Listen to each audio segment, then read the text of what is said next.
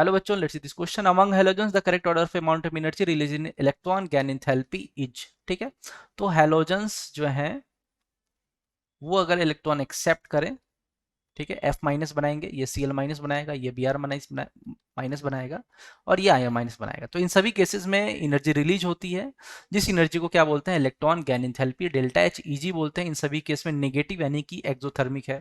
Electron accept करने की tendency को क्या बोलते हैं, इलेक्ट्रॉन एफिनिटी बोलते हैं। और उसके उस दौरान जो एनर्जी रिलीज होती है उसको क्या बोलते हैं, इलेक्ट्रॉन गैन एंथैल्पी बोलते हैं। ठीक है, फ्लोरीन बीइंग मोर इलेक्ट्रोनेगेटिव, इसके लिए इलेक्ट्रॉन एफिनिटी की वैल्यू ज्यादा होनी चाहिए थी, क्योंकि ज्यादा इलेक्ट्रॉन नेगेटिव है, इलेक्ट्रॉन को अपनी ओर खींच के रखता है, इलेक्ट्रॉन को पुल करने की टेंडेंसी रखता है।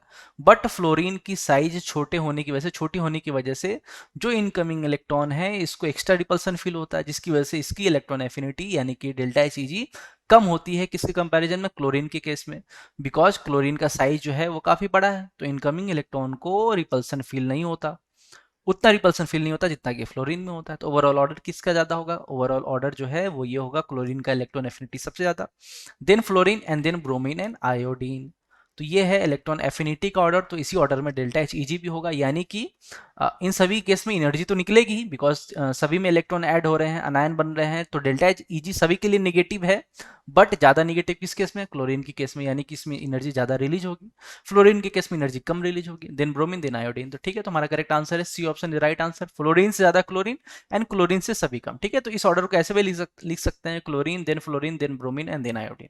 ओके, बाकी ये सभी ऑप्शन जो हैं ए बी डी ये गलत हैं। Okay, best of luck.